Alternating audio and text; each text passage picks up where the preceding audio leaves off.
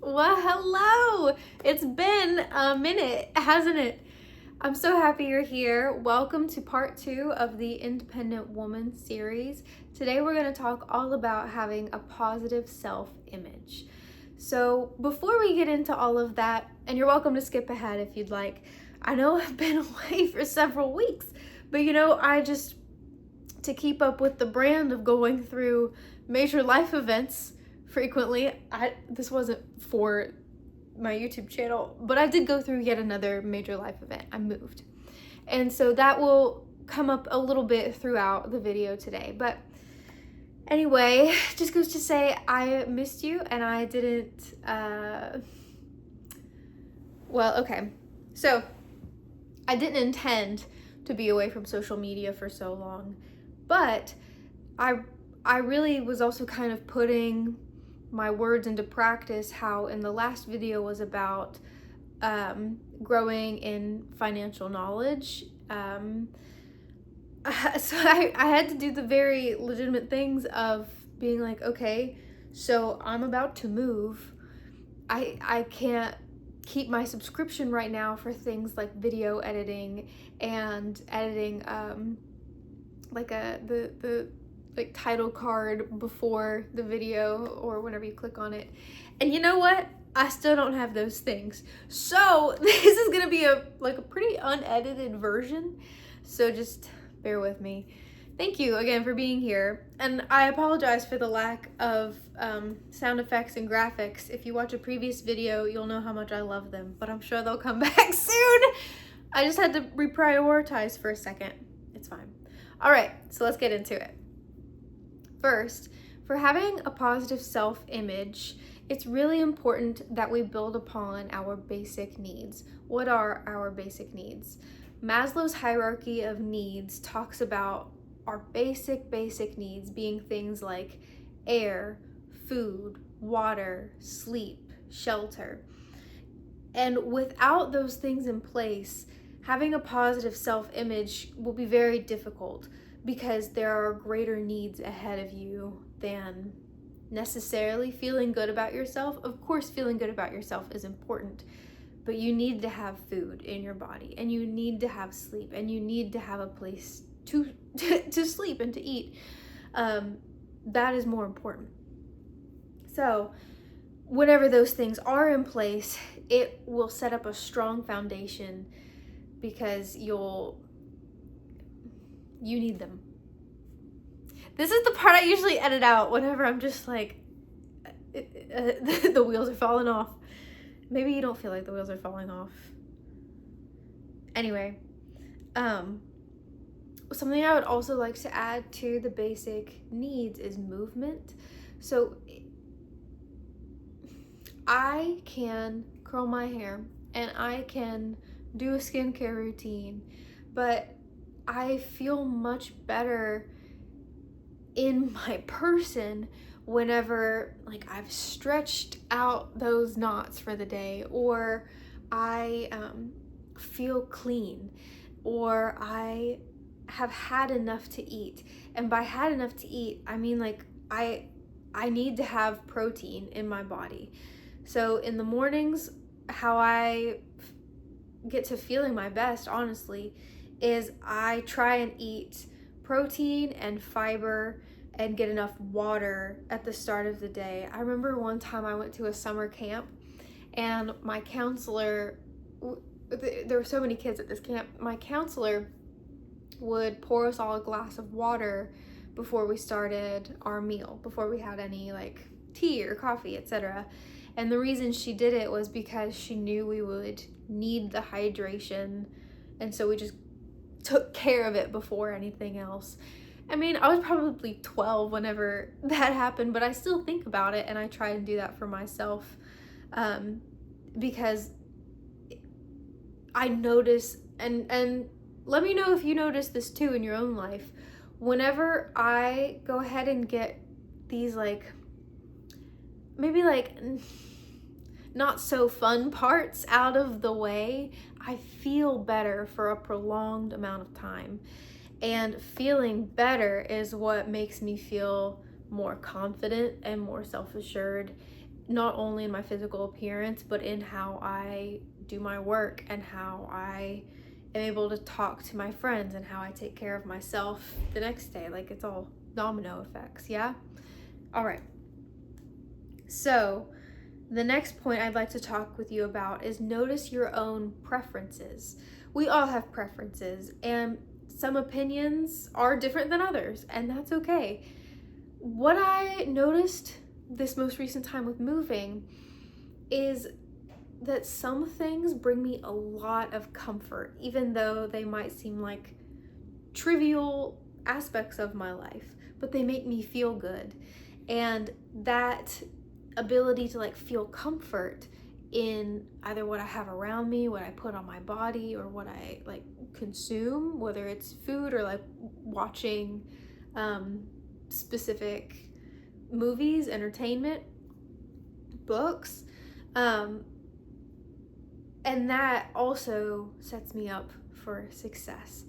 So for an example of noticing what you do and don't like, what I don't like is falling asleep to complete silence. I can do it, but I just, my brain goes a mile a minute. And so to have some kind of like I love movies and television shows. And so if I could have something calm to fall asleep to, it helps my brain be like, ah, yes, one thing. And now I go to sleep. And so you don't have to live like that. I know it's not maybe recommended. I've read some sleep books. Anyway, I have a tiny VHS TV, and I have a few VHS tapes with it. And in addition to that, I have some Christmas lights, fairy lights, and I have my own blankets. And whenever I moved this time, I felt like unsettled for the first several days. Of course, new environment, new routines. I'm out of my regular routine, so my body and mind and sleep schedule are all like, fair. I noticed that there was a really big difference in my sleep quality and in like my feelings of comfort in my space and in myself whenever I plugged in the fairy lights and I had my own blanket and I turned on a VHS tape, and I was like, So I really encourage you to notice. You don't have to go through a major move. You don't have to get rid of things. You don't have to completely change your routine. I just encourage you to notice in your day-to-day life, like, what makes you feel good. Like oatmeal makes me feel good. And I'm trying to think of what makes me not feel good. French toast. Okay. I love French toast, but just eating French toast for breakfast, it very quickly does not make me feel amazing because there wasn't enough protein with just that. So maybe I'll have like cottage cheese with it or like a protein shake, and then I feel fine. So I'm a little hungry, so that's why I'm using, I guess, all of these food examples. But notice for yourself what you do and don't like. It doesn't just have to be food. It doesn't just have to be your environment. It can also be clothes. Like, what types of textures do you like to wear? Do you not like to wear? And it's okay if you don't like something. You don't have to force yourself into it all the time, you know? And whenever you find something that you do like, you don't have to just deny yourself that all the time.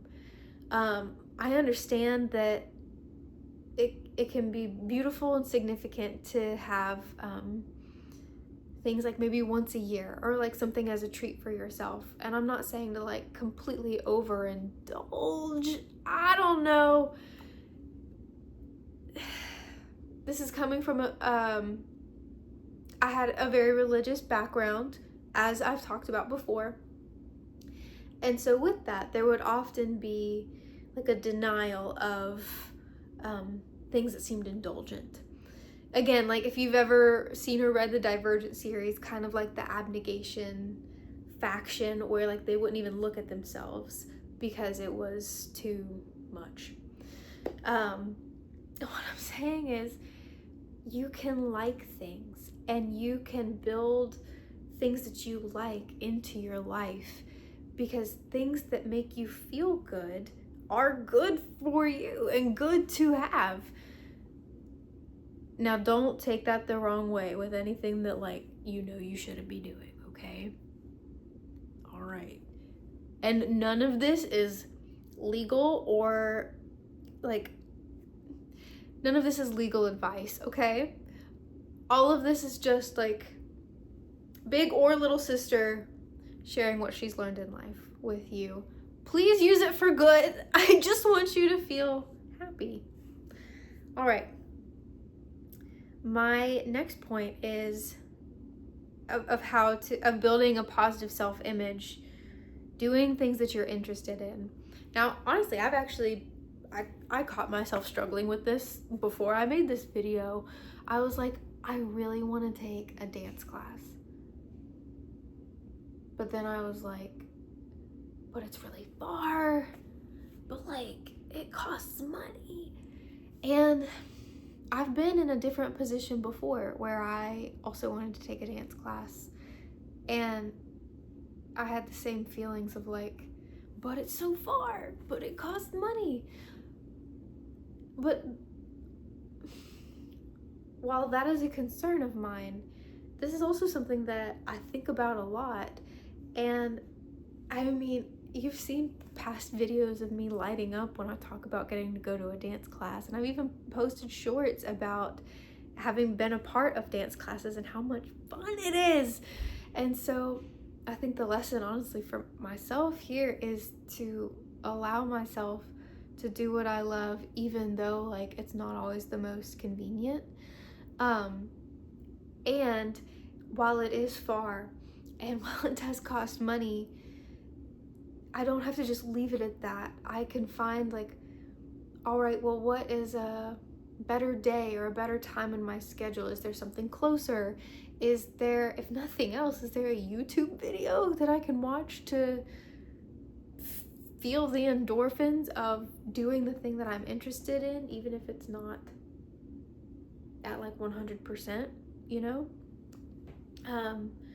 And they're also like pay what you can classes. There's the option to just like drop in for a class. It doesn't have to be, all right, I'm committed, and so I'm like gonna dedicate a huge fraction of my life to this.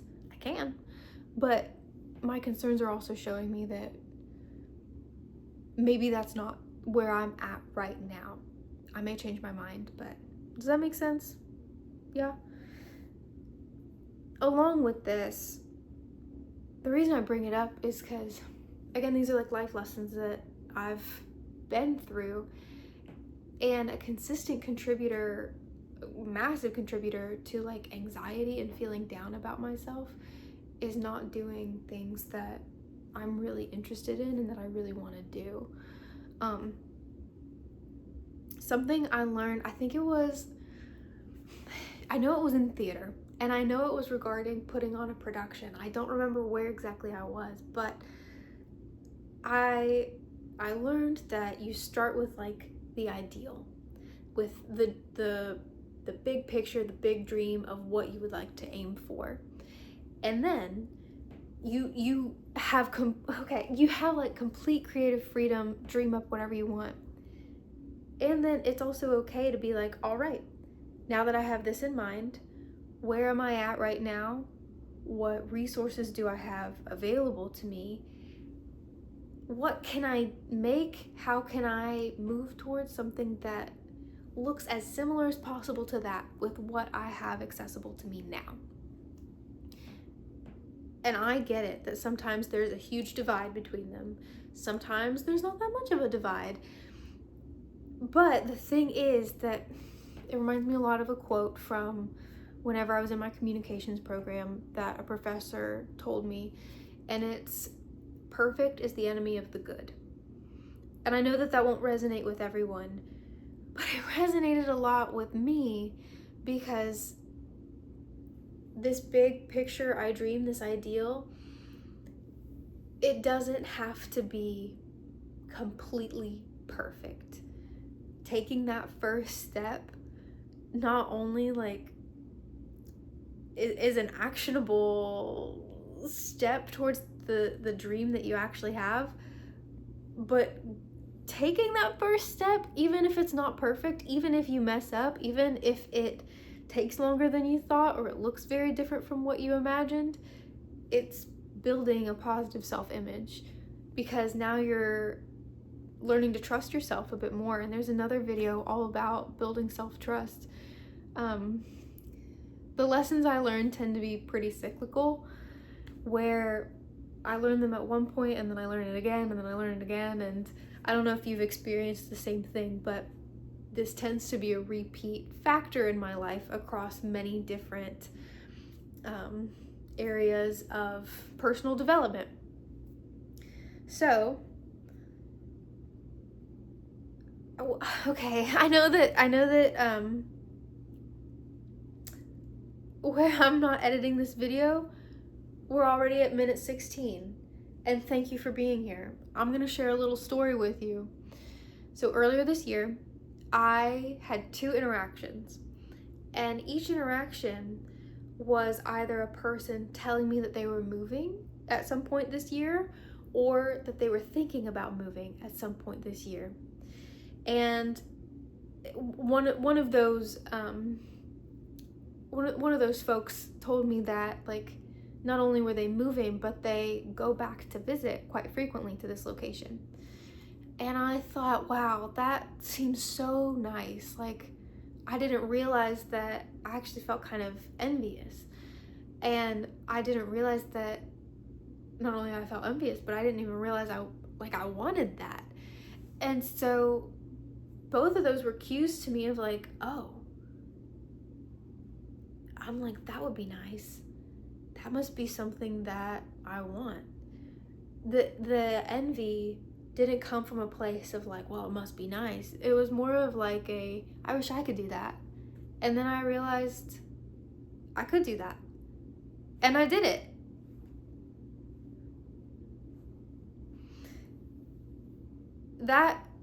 The moral of that story is,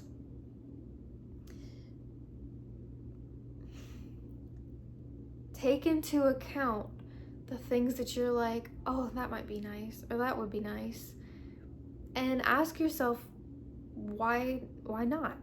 Like, why not you? Why not now or then? Sure, there are going to be some actionable steps that need to be planned, taken. And I mean, yeah, it growth doesn't always feel good, and change doesn't always feel good. But if you know like what you're going towards, or like why you want something, even if you didn't realize you wanted it initially, it gives you more sense of purpose. And so anyway, soapbox. Let's move on to our next point. Okay, so with building a positive self-image, I understand that like physical appearance can also be a factor in that. And so it's been a journey, but giving yourself permission to feel and look good, whatever that means to you, goes a really long way. So also growing up in a religious environment, which in many ways I'm grateful for, and these are just some lessons that in my adulthood I'm like, that doesn't serve me right now, or that does serve me, or I wonder why that was such a large topic of conversation, or why it was so ingrained into us, and like, what do I want now instead? So the starting point in a lot of the environments I was in was like, reject the mainstream. If you were considered attractive, particularly if you were a pretty young woman, people of all ages would do and say horrible things. And so I kind of associated conventional attractiveness or like effort into one's appearance or enjoying beauty and caring for oneself as being dangerous or as being like threatening or as being like less than. However, it's none of those things. How other people react, that's their business. What matters is how you feel and how you want to show up. And now I get it that there are also a lot of environments and spaces that we're in, like workplaces or like it's still like religious institutions, whatever your life looks like, where there's sort of like an expectation, whether it's spoken or unspoken, of how you treat yourself, of how you adorn yourself. So with respect to what your lifestyle is like and what your needs are, I am humbly here to share that embracing what you enjoy helps you to feel more confident. It can help you to feel more confident. And that being and feeling beautiful, whatever that means to you, it goes a really long way. And so I think my kind of like intro into that was fragrances. I started collecting fragrances many years ago, and there was one point where it was quite a turning point for me actually. As a recovering former people pleaser, I would always be like asking other people, I was like, does this smell good? Like, is this like good? Is this like acceptable? And there was one point where I found a fragrance that I loved. It smells like pears. And I shared it with someone in my life and they're like, I don't care for that. And I thought, I don't care. I love this. And to this day, it is like the only perfume that I have depleted multiple bottles of. And with fragrances, I then moved into like skincare and learning a little bit about how to take care of my skin. And I learned recently about something called the horseshoe theory, where like you start out as a beginner with not extensive options, and then you become like really ingrained into it, or like really deep dive, and you're doing like all of this intense stuff, like the snail mucin and the snail mucin is still great. Love Korean skincare, but I was like really in the thick of it, and I had a really extensive skincare routine, and then I kind of like learned what it is that what I'm really after that makes me feel good. And what makes me feel good is just like washing my face, putting on a moisturizer, and then like sunscreen. And I mean, I think it's, not to brag, but I feel like it's going pretty well. So, and well, I also gotta tell you a story. One time I was shopping by myself, and this was several years ago, and my eye was really caught by this beautiful sweater with these embellishments on it that I had never really kind of worn before, but it just like it captivated me and seemed really exciting. And so I tried it on, and I tried on something that seemed more along the lines of what I would usually wear. And what I ended up buying was what I usually wore. And the very nice sales associates asked me at the counter, they're like, aren't you gonna get the sweater with all of the details on it? And I literally said to them, I was like, no, I'm not that exciting. Like, I'm not that fashionable. I'm very new to fashion, so I'm kind of scared. And they were like, oh, that's okay. Like, take your time. And that was very sweet of them. But over time, like, I've started to embrace a little bit more. I don't know if it's because I've been in theater and it's more normal to dress outside of the like standard way of dressing at any point in time. I don't know. And so it felt more accepted. So I get it if it feels like a huge deviation from how people usually see you and how you usually see yourself, and how that can be kind of scary. And who cares, you know? I really loved that sweater. And I continue to still like get things that may at first seem kind of eccentric, but that I really enjoy. Anyway, so I encourage you to just explore for yourself what that looks like for you. And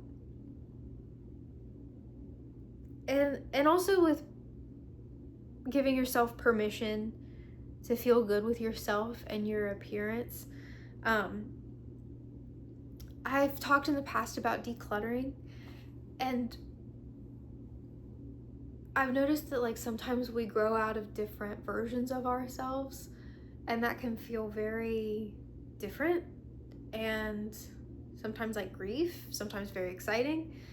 So for what it's worth, I do keep some sentimental things in my life that remind me of where I've been, and lives I've lived, because it's still important to me and it's still a part of me, you know? So I'm not telling you to like throw the baby out with the bathwater. I just encourage you to explore for yourself what's meaningful to you.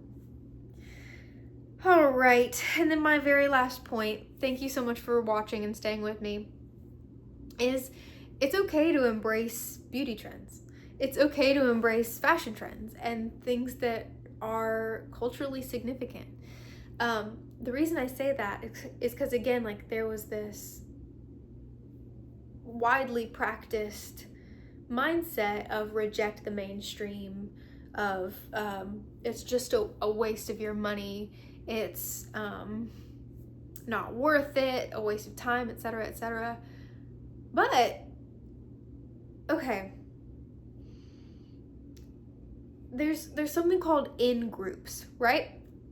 I learned about this again in my communications program, shout out to them. And there are different elements that can make you feel like you're a part of an in group. And I'm not saying that like you're an outcast if you don't follow these certain beauty trends. Honestly, my biggest example that I'm thinking of right now is silly bands from whenever I was growing up, from the early 2000s. Silly bands were like, you were in an in group if you had those on, because it was like, oh, I recognize something in you that I am expressing myself. And look, we can trade, we can bond over it, we can talk about like how cute these colors are and these shapes are. And I've noticed that even though that's maybe a silly example, a lot of fashion trends and beauty trends that I've engaged in feels a lot like that in my adulthood now. Like I kind of love talking with my friends about like, oh my gosh, I don't know how to do my eyebrows. What are you doing? What techniques do you have? What have you learned? And conversations with skincare too. It's not even just my friends. Like I love engaging with strangers about this. I've in the not so far, like in the pretty recent past, I've been like, oh my gosh, your skin looks amazing. What's your skincare routine? And people have been like, that's so nice of you to ask. Let me tell you. And if that means nothing to you, that's fine. But if it does mean something to you, that's okay. You know, it's not vain or wrong or a waste of time. All right. Also, whenever previous mindsets of not only reject the mainstream, but also like reject trends, reject fashion trends and beauty trends. And okay, now I am not encouraging you to just go along with what everyone else is doing mindlessly, okay? Still be mindful of what feels good for you and what does not feel good for you. Because if you're just pushing forward on what does not feel good to be a part of a certain in-group, you're not being truthful with yourself and with others.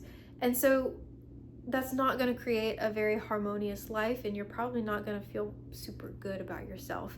It'll just be rooted in external validation as opposed to like, this is who I am and these are my people. So if there happens to be a trend that you're like, that is beautiful, I want to be a part of that, Yeehaw. Go for it. I've noticed, and the reason I say that is because I've noticed that through the years, as I've gotten older especially, there seems to be a lot of reminiscing on times past and beauty trends past. And each decade has a very significant, distinct overall style of dress and of doing your hair and of grooming and hygiene across all peoples, across all cultures, like forever, you know? Like we have whole courses dedicated to this. And anyway, I mean, not me, but like academia, education, you get it, history. So I watched happen in probably like the 2010s that there were multiple beauty trends that some people were engaging in that I felt pretty scared of, and was listening to often older generations being like, that is not the way to do it. That is so ugly. That is like, it doesn't abide at all by the standards that I have from my upbringing, their upbringing, you know. The thing is, when I got older, the amount of reminiscing that I've seen on these trends that older generations were telling me were so like wrong or like unattractive or bad there's been a lot. It's been significant, you know? And so I've just kind of clocked that for myself. I've also clocked for myself that each new generation that happens, like each young person into young adult upswing that happens through the years, they all have a new style, they all have a new flair, and they all have different tastes because they grew up in a different world than we grew up in or other generations have grown up in, you know? And so it doesn't really seem fair to knock younger generations for the things that they like just because it's different from the things that other generations have liked. The world is different, and influences are different, and technology is different, and fabric and resources are all different, for better and for worse. And so it's also okay to try and engage in trends of like the younger groups and just like see what it's like. The reason I say that is whenever I switched from skinny jeans to wide leg jeans, and now it's going back to skinny jeans, I'm trying in my own heart to not feel like so, I don't know, bent out of shape about it, because beauty trends will continue to change. Popular like body types will also change, and you don't have to change all the time with it. It's okay if you want to just do skinny jeans, you know? It'll come back. Actually, I think it has come back at this point in time. But also like now body types is a completely different conversation, because the priority is you being safe and healthy and well. When we're talking about jeans, like, let's just khakis. Okay, not khakis. Let's talk about like yoga pant styles. Sure. The styles themselves are going to change. And it's okay if like, oh, you see that the younger generation is now doing like a boot cut, flare yoga pant. And even though that was really popular whenever you were growing up, and so you feel like some kind of ownership over it and like they can't have it. No, it's just a boot cut yoga pant. And all right, if you're still here with me, one last little like point that I want to touch on with this is there's a lot of nostalgia for things that we had before, that others had before, that even when we had them, people were like knocking them, right? And so I'm trying to make a more conscious effort for myself to be like, no, even though this is currently maybe different from what the beauty trend was, if I'm interested, it's okay for me to lean in a little bit, and it's okay for me to like be a part of an in-group where others also feel like this, like embracing it if you like it. Because in, I don't know, 5, 10, 15 years, the nostalgia will be back. And the nostalgia is never quite, like it never feels quite right. Like right now, brown and teal, the colors in clothing has come back. And that was huge whenever I was a kid. I loved it. And something about it right now, like seeing it in the stores, I'm like, it doesn't feel the same. Of course it doesn't. It's different materials, different time period, different context. And so, long story short, I'm trying to enjoy cultural shifts in beauty and fashion and trends as they happen, instead of like 10 to 5 to whatever, several years from now being like, oh, I miss that so much. Like, I can see now that it was cool. I wish that I had embraced it more back then. Whatever. All of this goes to say, first of all, all of this goes to say that embracing what you love and are interested in, and finding people who are also interested in those same things as you, it really helps boost a positive self-image. Now, there are way more facets of a positive self-image, I understand, but hopefully this can just kind of get you started and get the conversation started. So anyway, thank you so much for your time. I'm so happy you're here. You've got this. I'll see you again soon for part 3 of our 4-part series in independent womanhood, which is really for everybody, but these things aren't always shared with women, so that's why it's really lovingly built around women. Anyway, I'll see you next time. Take care. Bye.